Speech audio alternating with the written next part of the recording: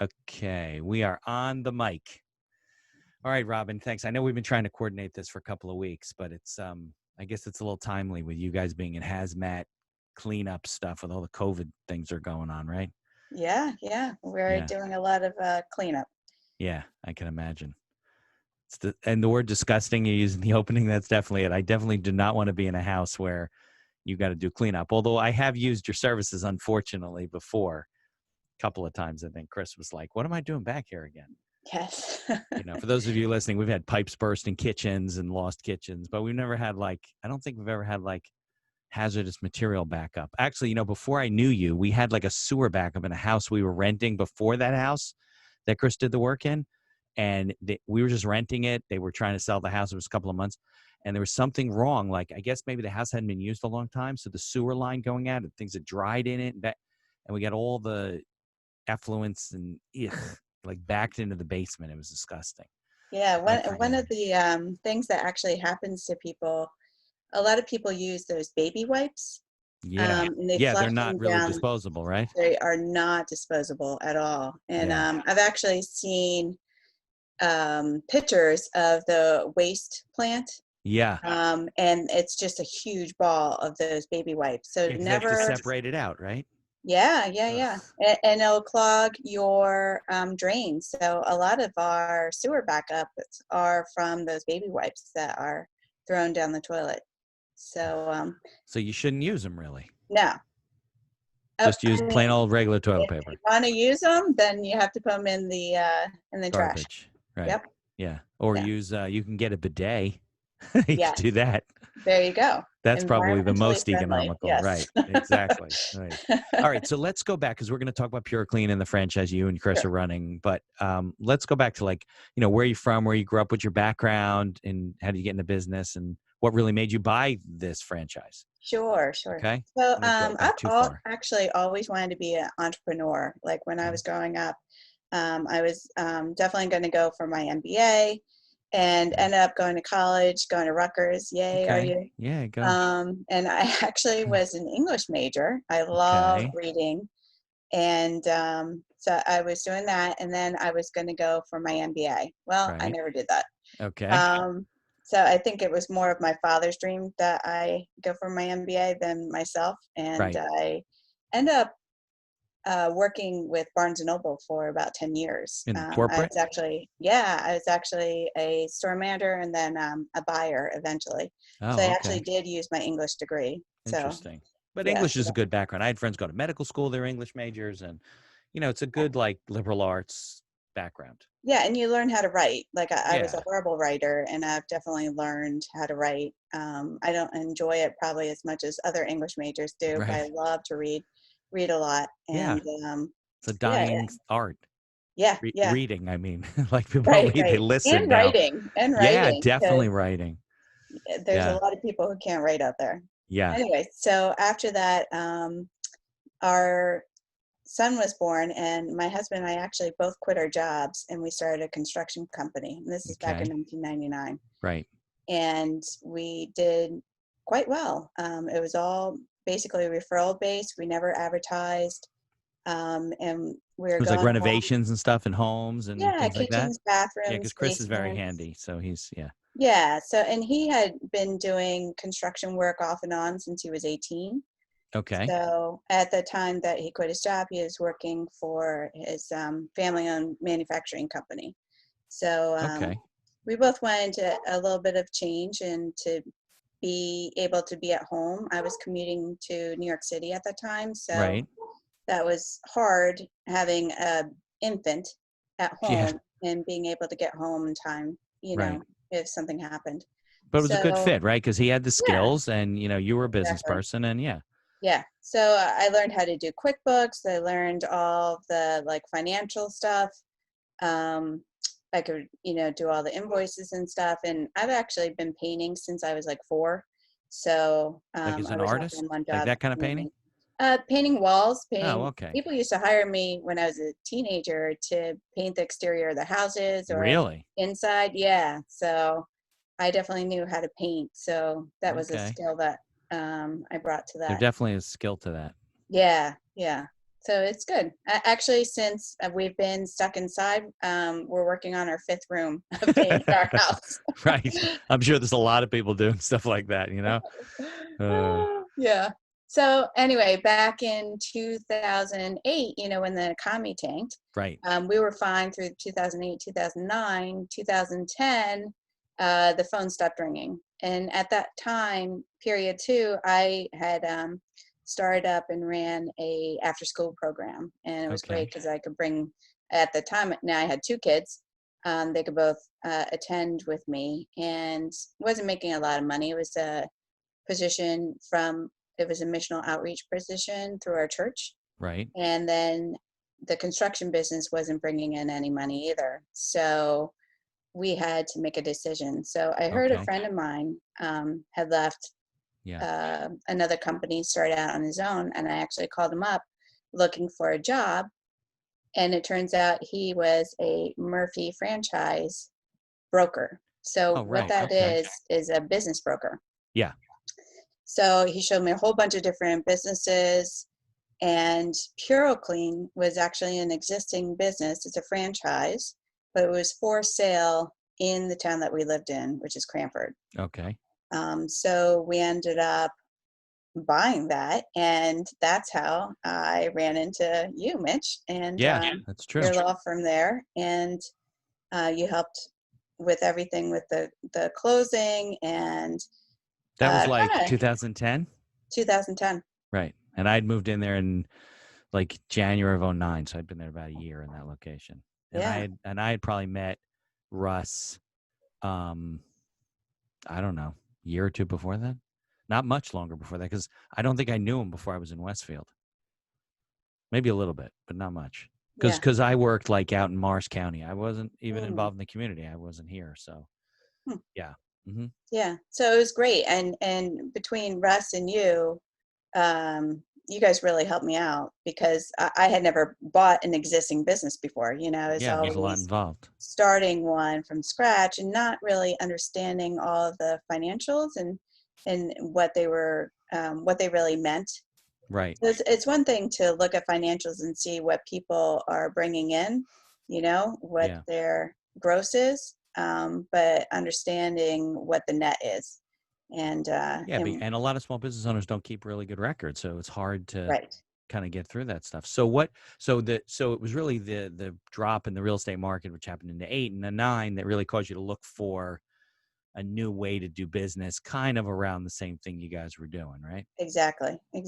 And it just opened our eyes up to marketing. Right. We had, our whole other business was based on referrals. So this is a whole new realm for us. Right. How to Sure. market, how to cold call, Yeah. because we would enter into, insurance agencies to let them know about our company, real estate agencies.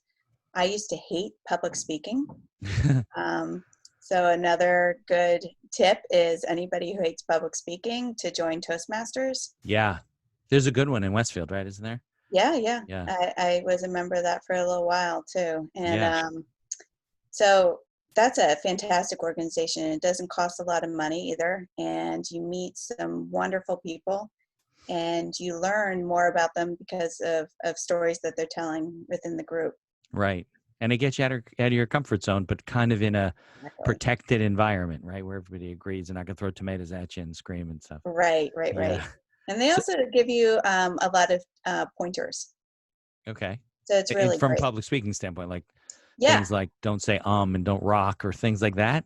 right. Yeah. So the first grouping of speeches that you do is actually based on step-by-step instructions on how to public speak. The Okay. first thing is getting up in front of people. Right. And then you have to learn about eye contact. And then you have to learn about gestures. And then you have to learn about voice inflection. Right. So because of that, I was able to bring that into Puroclean and going out to marketing and Right. networking with Because a lot people, of places for you to speak. I mean, people, right? tons. Yeah. And I actually also do 3-hour continuing education classes for insurance agents. Oh, so you So guys got certified for that? So they get, yes. Yeah. Oh, very good. And Yeah. that's really all because of Toastmasters. Because you went step by step through the process of And I putting it. wasn't afraid to do it. Yeah, exactly. Now, Puroclean, it was really, so you really met Russ through a networking contact or a friend, right? And then it was him that brought you Puroclean and said, hey, you guys ought to look at this, or you knew about Puroclean? No, so I'd never heard about Puroclean, and I never knew about remediation or The whole mitigation industry. services. I had Yeah. no idea. Yeah.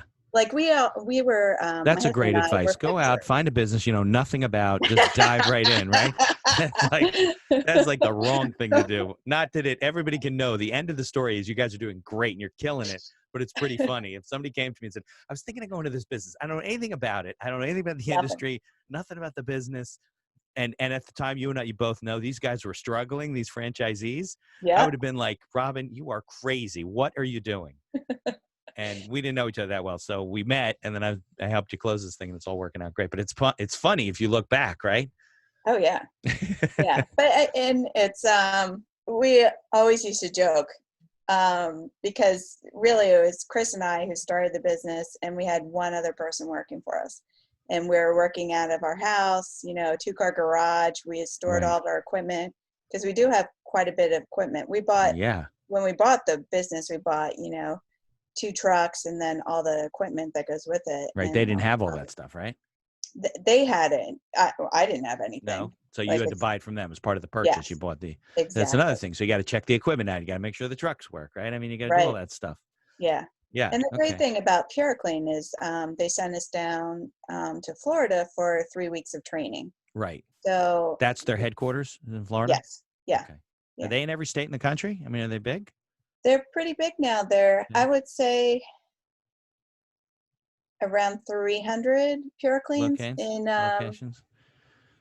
nationally, and then Canada. Oh, okay.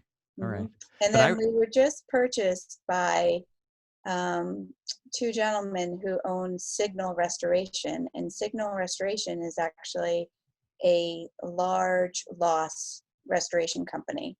So they actually purchased Puroclean because they wanted the footprint of all these smaller right, because you're Purocleans, but working. they're Yeah. located in all these different parts of the country. So they're So we doing can, major commercial stuff. yes, like Got it. $1 million So Puroclean was products. privately owned up until then, and it's still privately owned by these two Yep. guys? Yes. Oh, okay. I thought it was a public company. Okay. Yeah. Yeah. All right. So it's all private. And then they came in and they really revamped a lot of what Puroclean was doing. They put a lot of money into it. Okay. They created newer training centers. Like we have a flood house, which means they can actually flood it with water and then have the class dry it. So it's Wow. pretty cool. So Yeah. I can't remember how many times they flooded it, but Right. it was It's like one of those pretty fire impressive. buildings that the fire departments use, and they're always Yeah. catching it on fire and stuff. Yep. It's set that way, right? It's designed to Exactly. make it harder for you or teach you how to clean all this stuff up.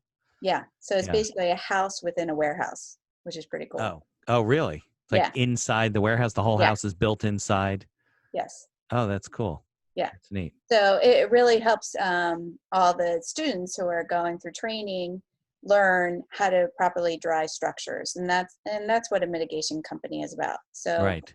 a lot of people ask us about, well, will I, I had this water damage, will I get mold? And we're like, if you dry the structure properly, you're not Right. going to have a mold situation. Yeah, they're So, relying on you to do it right because you know what you're exactly. doing. And if they don't, that's what I think people don't realize. I mean, they get problems and they don't contact their insurance company and they hire a local handyman or whatever, and which is fine, and they want to clean it up. But then next thing you know, they have mold and they're like, I don't get it. Or they're selling their house and there's mold behind the walls, and you find out there was a pipe burst and a flood, and they cleaned it up. They never called anybody, and it wasn't properly remediated because this stuff just grows.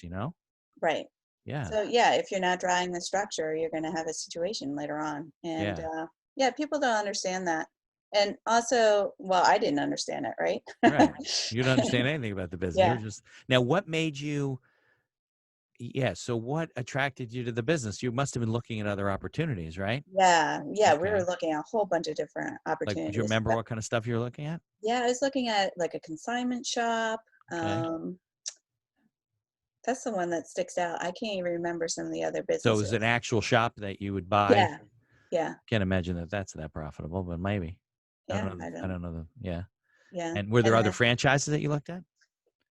yeah, so there were other franchises that do what we do too. And in my due diligence, I was calling other ones as well. Right. And Puroclean just seemed a better fit for who Chris and I were, and the location, Right. Is to that be in the same like town. Paul Davis and Serve Pro? Are those franchises also? Yep. They Yes, are. Okay. they are. Yeah. Yeah. So there's a lot of them around. You don't realize how many there are. Like where our warehouse is in Kenilworth, there's actually three other restoration companies right there, like Really? within 2 blocks. Yeah, You're kidding. yeah. So Yeah. it's like the unheard of business, right? Right. Because Except nobody it's a wants big to. industry. It is. It Yeah, but is, if and you're it's on the getting bigger insurance and side bigger. of things, if you're on the claim side of things, you see it all. Right. You see it all the time. I think it's funny because look, sometimes luck helps, right? And timing helps and everything like that. But you guys hit a run of like hurricanes that we had, right? And then all this stuff, and then Mm-hmm. things that people need more services. I remember you told me when Chris went to training, you had to have him come back early because you couldn't keep up with all the calls that you guys were getting. Right. We had And a big rainstorm. It was in October of 2010, and this one lady was begging us to come to her house. And we show up at the house, and she has literally a tarp covering her entire house. the whole house. Yeah, the whole house. And we're like, what have we Right. gotten ourselves into? Yeah. And we ended up cleaning up the house. It was water had come in from the rainstorm and actually hit one of her electrical outlets. Uh, The outlet sent a spark that arced over their heads as they were eating dinner. oh, it, And like you could see it? yeah, yeah, Oh it was my bad. God. So the fire Bad. department came in and they shut off all the electricity. And of course, she was doing renovations, so all the stuff in the Cape Cod house on the third floor was actually moved down to the basement because they were doing all this renovations on the third floor. That was done. Well, then the sump pump couldn't work, right? Yeah. Because they had no electricity. Yeah. So it No flooded backup. all their stuff in the basement. And just a FYI for people, if you have a sump pump that's based on electricity, Yeah. And an it's electric good to backup, get right? a backup and get a backup that is based on water pressure. Yeah. So you don't need electricity. So remember during Sandy and Irene, where we had no power for like, say, some people had no power for like 2 weeks, 3 weeks. Right. So this would actually work because it was based on water Water pressure. pressure, unless you Yeah. lose water pressure, but that's a lot less Yes. likely than. Yeah. Yeah. So you can still get those kind of backup systems, the Yeah. water pressure Yeah. backup systems? So yeah, contact your local plumber Yeah. and they can install it. And the pricing probably depends on how far your main water supply line is away from your sump pump. So Okay. because then they have to do piping and all Right. that. Right. Yeah, Yeah. exactly. Yeah. I Yeah. think we had backup. We had water pressure backup in our old house too. So we Hmm. didn't lose but just for people listening. So this woman was in our area, in this area? Yeah, yeah. She was down in Edison, and it was a Yes. contractor gone bad. Like Hey, he didn't have insurance. right. He forged her permits, her documents. Hey, When he went to he forged her name on the permits when he submitted them to the that's town. nice. Yeah. Yeah, and then he left. Yeah, I So know then it's kind of terrible. For people listening, there's some very strict, there's some very strict consumer fraud statutes in New Jersey, other states too, but New Jersey has a particularly difficult statute where, the builder can be liable for treble damages and attorney's fees and all this kind of stuff. So you should make sure you have things in writing. You should make sure you get an insurance certificate from who you're working for, obviously referrals. Unfortunately, though, a lot of those statutes end up punishing people that do make mistakes, not doing things on purpose. The bad people, like this guy, he disappeared. right, So who are you going to sue? What are you going to go after? right, So, and also for people listening, we live in generally like a low lying area. So we have a lot of, like you're in Cranford during the hurricane, like the whole town might as well have been a lake. I mean, it was just ridiculous with rivers yeah, and stuff. Westfield, if we have big rains, you drive up and down the street and there's the police, there's a fire department. They're pumping out people's basements, because they don't know what to do. And they call well, that's the first thing they do is call the fire department, hopefully, so they don't catch on fire and die right, from the electricity. But yeah, I see them pumping out all the time. So it's definitely a hotbed of of flooding Yeah. in this Even whole just area. with Hurricane Irene, that was the first one. We Yeah. actually had a waiting list before the storm hit. We had Of people over that were just 100 lining you people. up because they knew they were going to have problems. They knew it. They knew Yeah. it was coming. So we had 100 people on the waiting list before the storm hit. Oh my God. And then we got over 2,000 phone calls. And what was Irene like? 12 or it Um, wasn't only a few years. 2012. Yeah. So you'd just been in business a couple of years. Yeah. Thank goodness we had been in business a couple years because we knew, Yeah. You had learned stuff. Yeah, Yeah. definitely. Now, what I don't understand is like, I know when I helped you buy the franchise and these guys were struggling, they wanted to get out of the business. Mhm. What were they doing? I think they just did not, from my understanding, is Yeah, they of didn't course. like the marketing.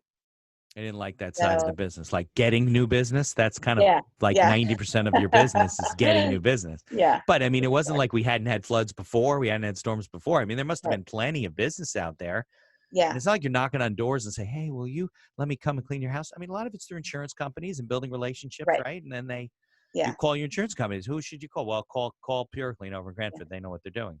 right. And that's how I had Paul Davis come to our house. The first I didn't know you. Uh, it was before. What was it? It wasn't a hurricane. We had some big storm that came through the roof. I forget what it was anyway. It was definitely before I knew you guys, but they destroyed our house. I mean, we had all kinds of problems. They like cut the roof open. There was water coming in, and Oh wow. it was terrible. It was Yeah, terrible. But I got to them because of the insurance company.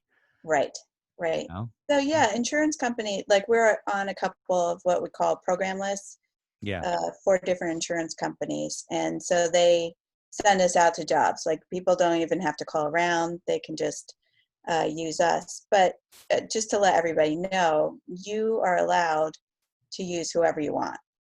Yeah, You they don't should have to go with. They can just call you directly and then get their exactly, insurance company involved as this is going on, right?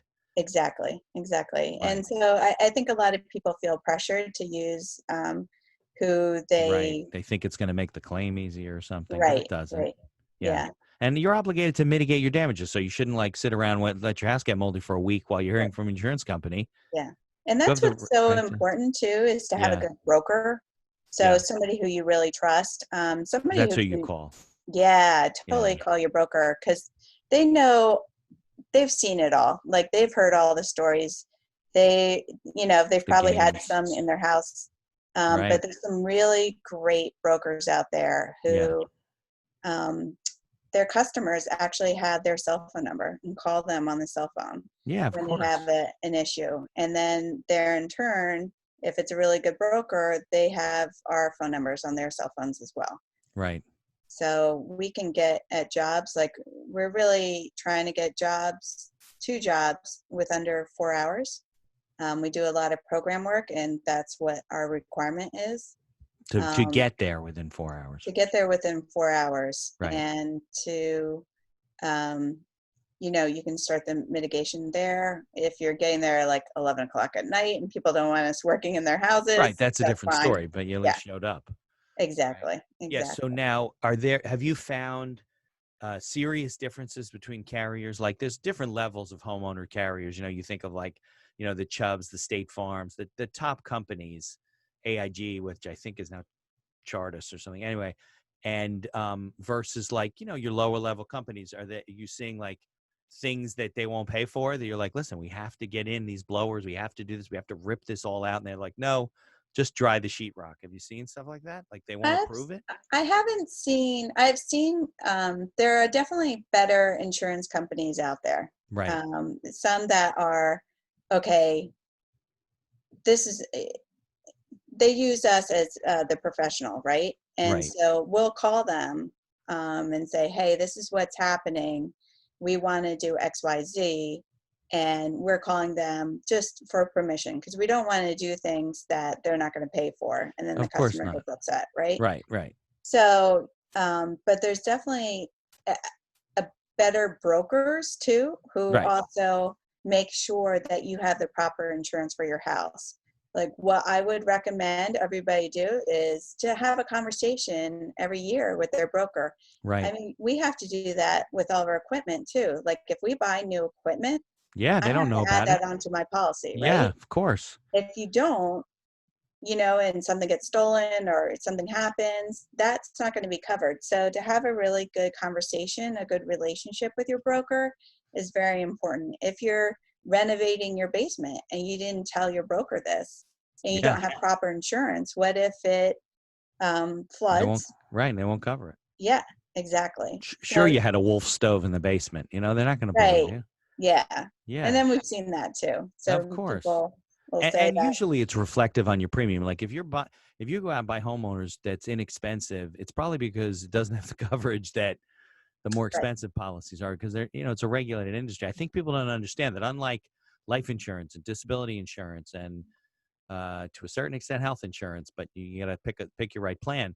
A Mhm. lot of these programs can be customized to fit like the things you have in your house. So if you have Exactly. finishes and high end stuff, they're not just going to pay for it. You got to make sure that it's properly covered. And then even on the commercial side, because I know you guys do both, those are really custom. I mean, if you have a business, a manufacturing business or some sort of a warehousing business, you want to make sure that those things are covered. I remember one of the Definitely. storms, we had a client, this is on the residential side. He had like this retaining wall because like his house was like built over a cliff. It was like supported, over the cliff. So you drive down this thing and then you cross the bridge, you beat the house. So there was this retaining wall along the driveway. Well, he finds out that the insurance policy doesn't have retaining wall coverage. They have an exclusion. You could have added a rider for it, but it was a little late when the retaining wall collapsed to find that out. Yes. Yeah. And it was like $100,000 to replace the retaining wall because it's a lot of labor. It's a big deal getting trucks in there, whatever. So I Right. think people should just not take it for granted that whatever until an accident happens and they call you and you have to tell them, do you know you don't have any coverage for this? And they're like, what? Right. But Yeah. you're right. That's the broker. And sometimes, and I don't litigate, but I've had partners who do.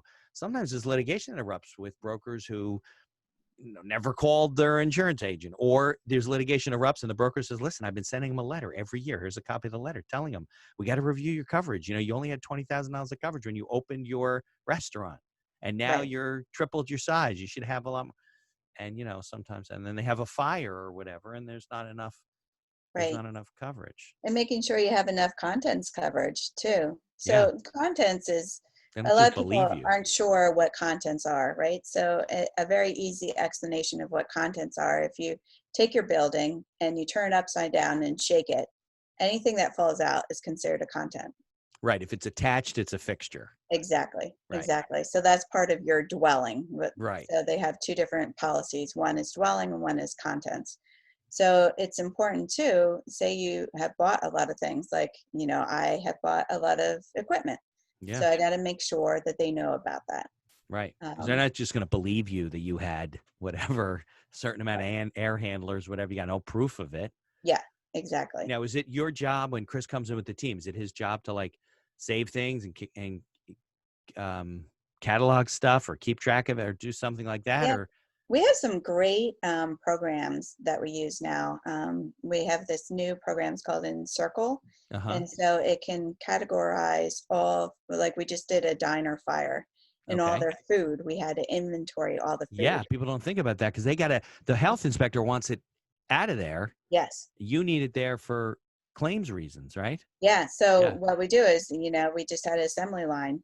People would bring stuff out and we would take a picture of it and then we would, dispose of it. So we bring like dumpsters too, like to Right. dispose of And that just stuff's got to be larger stuff. disposed a certain way, right? Right. That falls Exactly. in the disgusting category.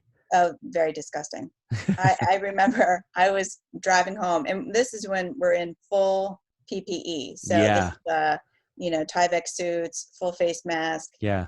gloves and all that. And I had gotten out of all that, and I was sitting in my car. I'm like, oh my gosh, I smell like Oh, rotten you food. were on these jobs in those days? You were Yeah. at It's funny how people didn't know you knew what PPE meant, but it was not a common term. Now No, it's part of just general Americana. exactly. Yeah, but yeah, I mean, you must feel like, oh my God, just like hose me down and right. Right. Well, what's not that you've been in the middle of, what's the most disgusting thing your company's Uh, had to deal so, with? so I don't know if everybody understands what biohazard is. Yeah, let's explain that Yeah. because I do. Uh, So, biohazard is in the remediation area, I call it, this is what I think of biohazard, it's sewage losses, right? Right. Because it has bips and bops. And then also not the dead bodies, but the parts left behind. Ugh. Yeah. So there's this great movie, it's called Sunshine Cleaning, Okay. and it's all about biohazard remediation, probably not It's a done the documentary? right way. No, no, No, it's it's just a a funny movie. movie. Okay. Funny, sad. It's a good Yeah. movie, so definitely watch that. But basically, we have to go in and clean up. So we've done what they call unattended deaths. So say a person dies, Like an old and person living alone or whatever. yeah, Yeah. something like that, and nobody notices it, and then people start smelling something, or they'll Yeah. see maggots or something like that. Ugh. And so we've done some in apartment buildings. We actually called one death in Hoboken. It was in Hoboken, and it was bad. A person had passed away while riding a liftable bike, An and elliptic, you mean one of the things where the yeah, yeah, you pedal. like he had a heart attack on the machine?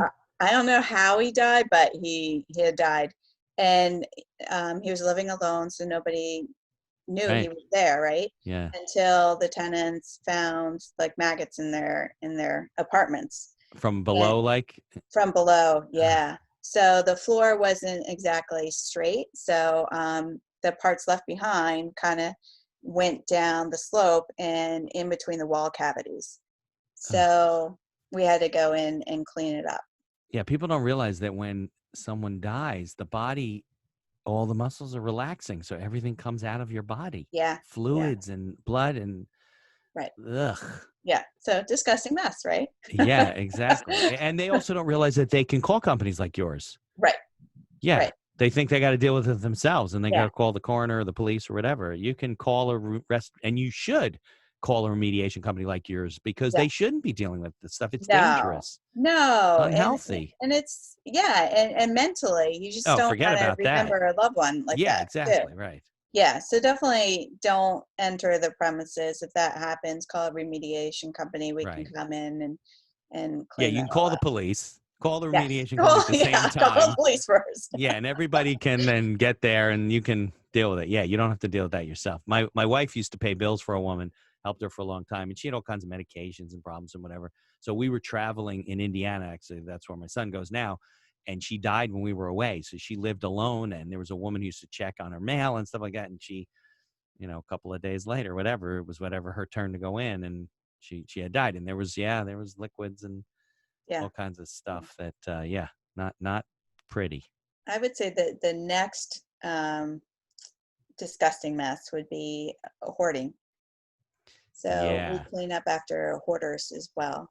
Yeah. And sometimes that is an unattended death in a hoarding situation as well. And you Like the never really hoarder realize. died inside the Right. yeah. Yeah. Inside their Yeah, because house. it's so unhealthy. Yeah. Very unhealthy. And it's very sad It is what we're sad. going through. And Yeah. actually, my son did his college essay on hoarding.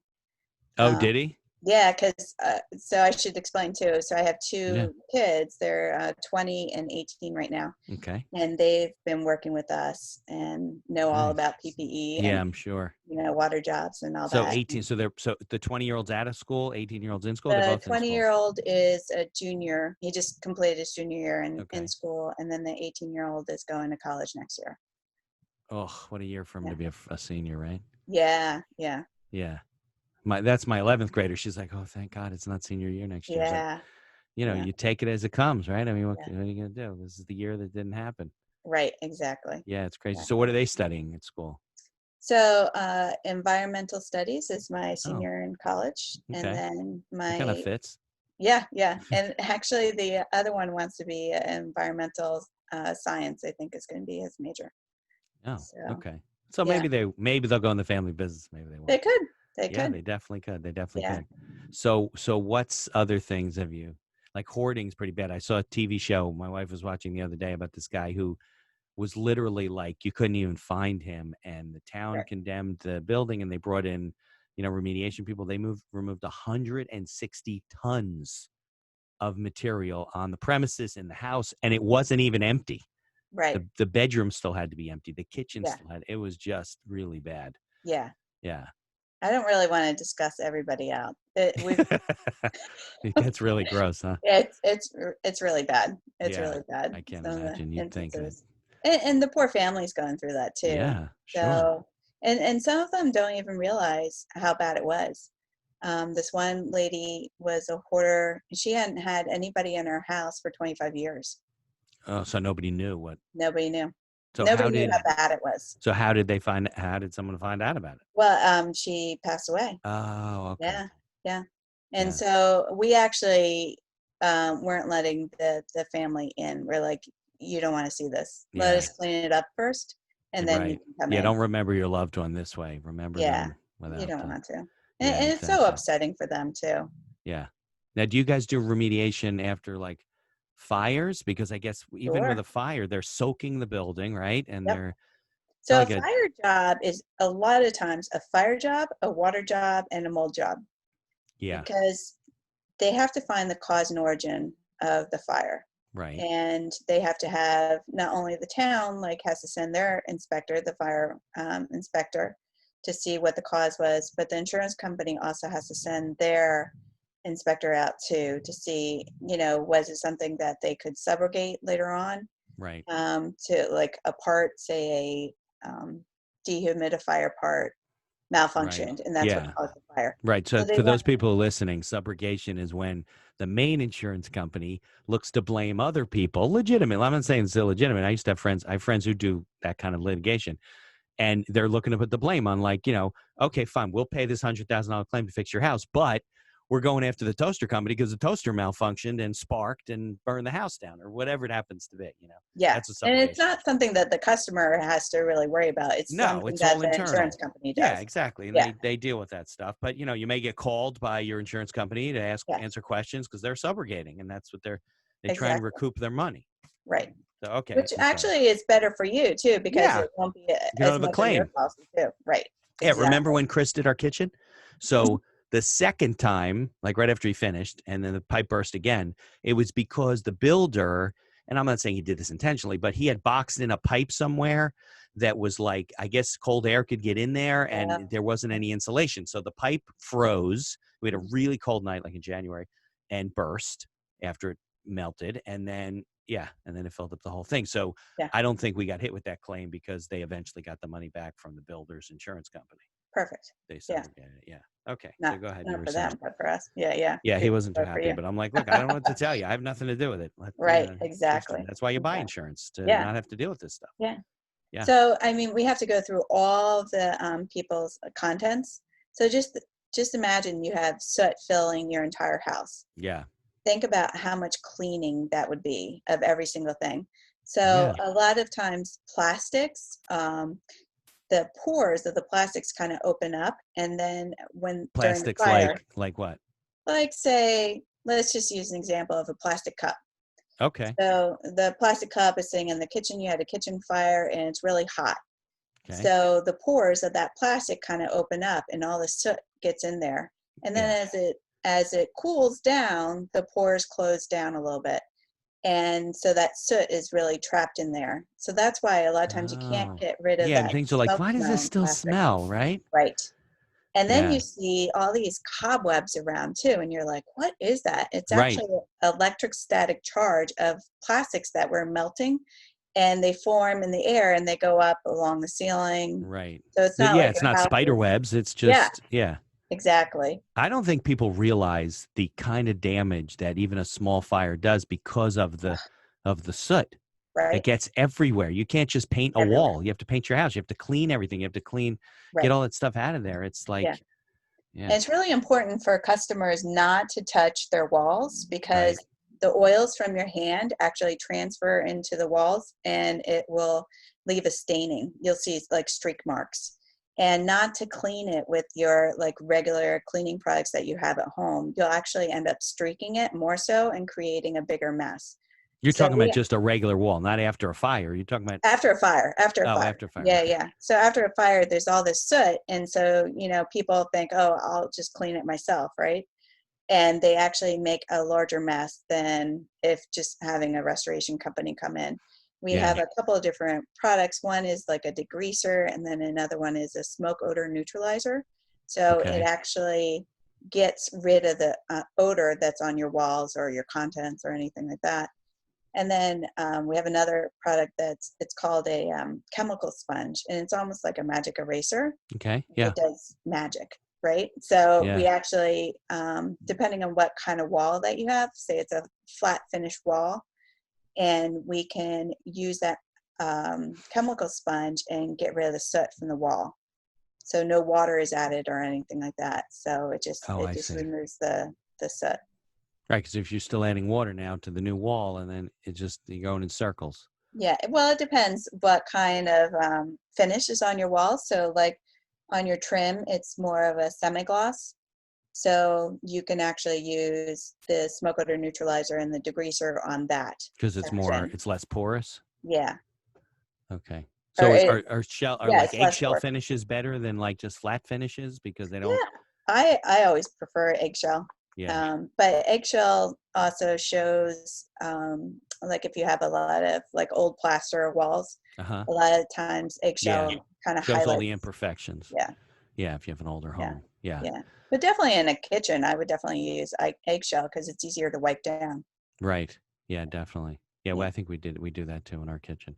Hmm. So, getting off of the actual remediation stuff, Hmm. are you happy that you bought a franchise? I mean, because obviously, and I just spoke to somebody the other day about it. There's basically two ways to go, right? You can buy let's call it a regular business, or you can buy a franchise, which is like buying a business in a box Hmm. from a company that's selling you their concept. Um, and I guess some support you well and some do a really crappy job of it. So I guess so far your experience has been really good with this franchisor.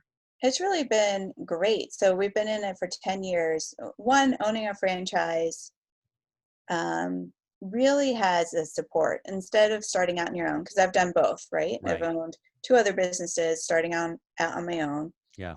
and then the franchise. So with all, I don't think I could have done this without all the training that they have And provided, the systems, right? And the the software. And systems, and the major thing that's really helped us, and Puroclean started it, I would say 5 years ago. They started these growth groups, okay. and they actually matched up different Purocleans from all across the country.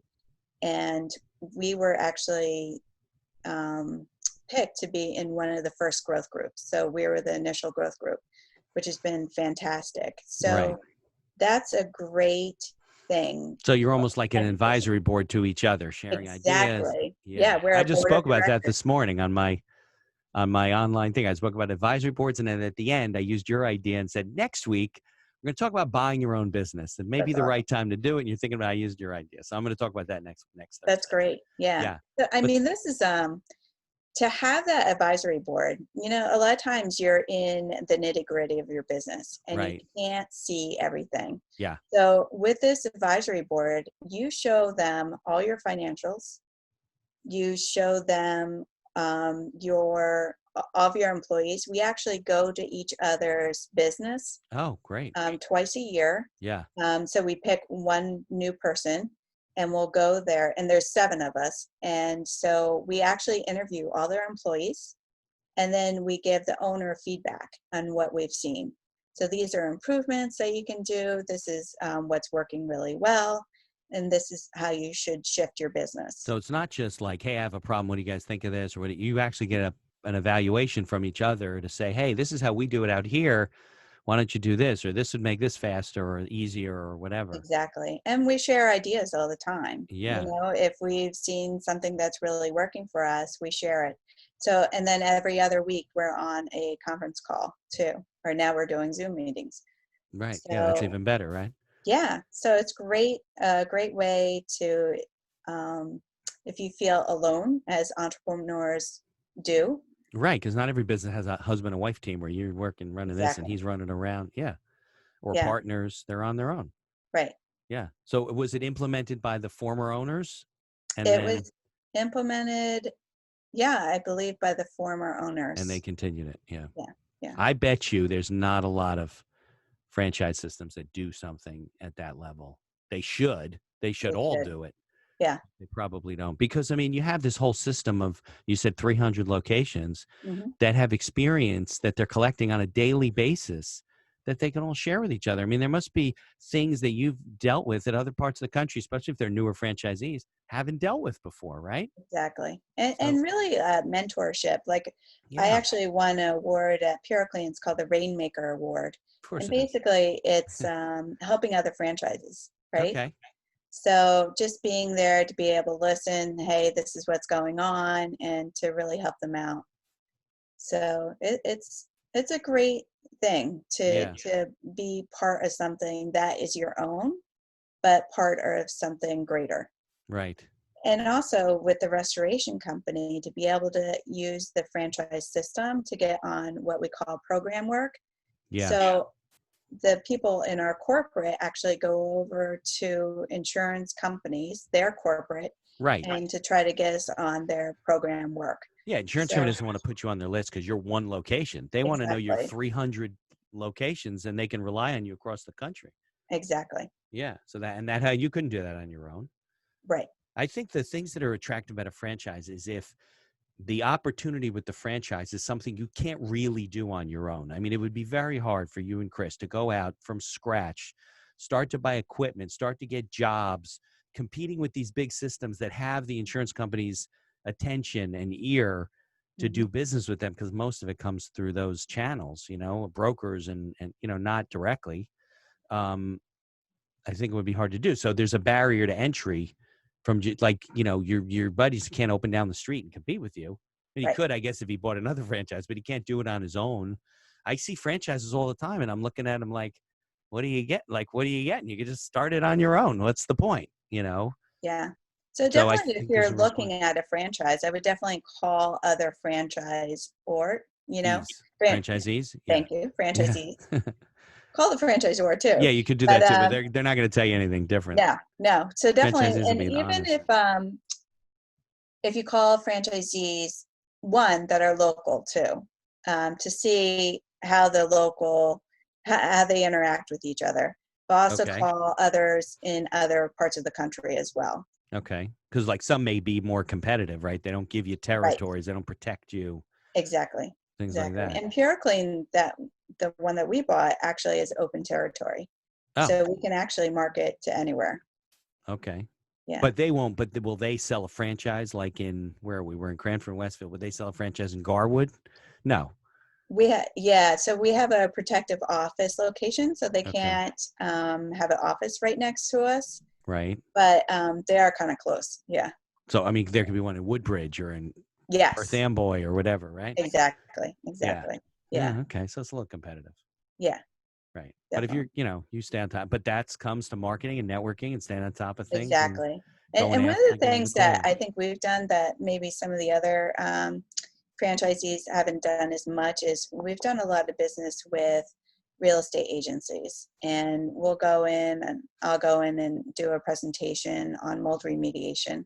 Because a lot of people don't understand the whole mold remediation industry. Right. They've heard that term black mold and they start freaking out. And Right. just because the color is black doesn't mean it's the black mold that everybody's concerned with. Right. It's actually a type of mold called Stachybotrys, and that's due to water damage Right. that hasn't been remediated properly. So Right. you have some sort of water infiltration that keeps on occurring, and that's where you get the black mold from. That's the bad one.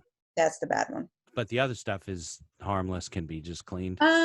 So it's funny. The health organization has deemed that it doesn't matter what type of mold it is, Right. that it should be remediated. Because you think about it, how many different types of mold species are there? And they're coming up with new ones or Yeah. It's got to be hundreds, right? discovering Yeah. new ones Yeah. all the time. So, Right. and people are all different. So some people have allergies, right? So some people may be allergic to one type of mold species, but not Right. another. So that's why they're saying, it doesn't matter what type of mold species it is, but you have to remediate it. And Right. you have to hire a professional remediation company if it's over 10 square feet. Okay. So something that people don't know is there's actually no mold remediation laws in New Jersey, and there's no federal mold remediation laws as well. Meaning there's So- no requirements by law that you have to remediate things. Or there's no Standards? guidance Yeah. towards mold remediation companies. So Okay. there's a lot of companies that are not quite. Peddling. Yeah, they're saying, oh, this is a huge deal, and it'll Right. cost you $5,000 when Yeah. it was like 1 square inch It's like of the mold. basement waterproofing business. It's kind of a Yeah, shock business. They're like, well, that's yeah, the thing. Like, I think that a lot of people looking to buy homes and they find, a little bit of mold in the basement, whatever, and they freak out. And I think that can be corrected. You can't get rid. It's like ants in your kitchen, right? I mean, you just get ants. They live on planet Earth. They're looking for yeah, food. And you gotta, treat it. You gotta put right, that gel out, and you gotta put stuff outside. Maybe you gotta get it exterminated, but it doesn't mean you shouldn't buy the house. right, People overreact. It's one thing if they took a wall down and there's all black mold right, everywhere. That's yeah, different, right? yeah. Yeah. So most of it Then can be cleaned up. yeah, a lot of it can be cleaned up. I mean, some you do have to take down sheetrock or paneling, things like Right. that, but a lot of it can. Uh, so there's a couple tips for people too. Okay. So say you are going away during the summer Okay. and you turn off your air conditioner. Right. Raises Don't the do humidity in your house. that. Right. Don't do that. You could So lower it a little bit, but not too much, you can right? lower or raise it up during the Yeah. summer. Raise it Yeah. up. So don't turn it off because mold likes stagnant, warm, moist air, Yeah. right? So if you have proper airflow ventilation, then you're not going to get that. So I've actually started a series of little tips for today, Okay. and they're like 2-minute videos that you can watch, and the Where are last they on couple ones YouTube or something? they're on All right. YouTube. So we'll put a link in the show notes. People can go there That'd be and great. That'd be watch great. the stuff. So Yeah, if you're going away for a while, can you raise it to like it's the summertime 75 to yeah, I save would some say. power? Yeah, so mold grows between temperatures of 68 and 86 degrees usually. Oh, geez. Yeah, but that's something that we all live in, right? Right. And the basements usually stay cooler, right? Then Yeah, yeah. So I would say, 73, something like that. right. It depends on your basement too, Yeah. the circulation, Yeah, everything. everything's And relative. Like in also, Florida, 75, your house feels kind of comfortable because it's yeah, so yeah, humid exactly. outside. Here Exactly. it's different. And then also get a dehumidifier for your Okay. basement, and get Yeah. one that it's not just the bucket that you empty. Right. Like get it so you can have a hose attached and Into it your sump goes pump or automatically whatever. into your sump pump or Yeah. into if you have a slop sink, something down Right. there. Yeah, because in two Um, days you're away. It's going to fill up and stop. oh yeah, and Yeah. nobody ever remembers to empty it. So Right. it's like, why even buy the dehumidifier if you're Right. just going to do that? I think what's amazing about dehumidifiers is that you don't realize the humidity that's in the air. Like Oh my it doesn't gosh! feel humid, and then a day later you got a bucket of water in your basement from the air. Right, right. Yeah, definitely And makes if a you big have difference. one that can program, so you set it as specific relative humidity and just read Yeah, the instructions on, on the the piece of level. equipment that you got. Yeah. Yeah, And then to figure out what you should really be setting it at. But, and yeah. then Then it'll level turn it out, right? on. It'll if you have it on all the time, it'll level out and it'll turn off when the Exactly. humidity levels are right. Yeah. Exactly. So during the winter, when there's not a lot of, high humidity in your basement, it won't go on. But during the summer, it'll kick on. Yeah. It's funny when my parents bought their condo. So it was it was a new condos building. So they built the thing. So years later, they go to fix something, pull out an air filter or whatever. The dehumidifier and the filter system were never attached to the electricity, so it was never running for years and years. They couldn't figure out why they're getting this and that, and they went to change the filter. It was completely clean. The guy goes, "Well, this thing hasn't been on for." It's like, Yeah. "Well, turn it on. It's not connected." But And the average I've homeowner, they don't know. No, Yeah. definitely not. And this was Yeah, like part of the HVAC system. So it was built in. You couldn't see it right. unless you're an HVAC guy. I've seen one where it was set so high, the humidity level was so high, it was actually creating moisture on the inside of their windows. And they Oh had my mold God. situation all throughout the house. Oh. Yeah.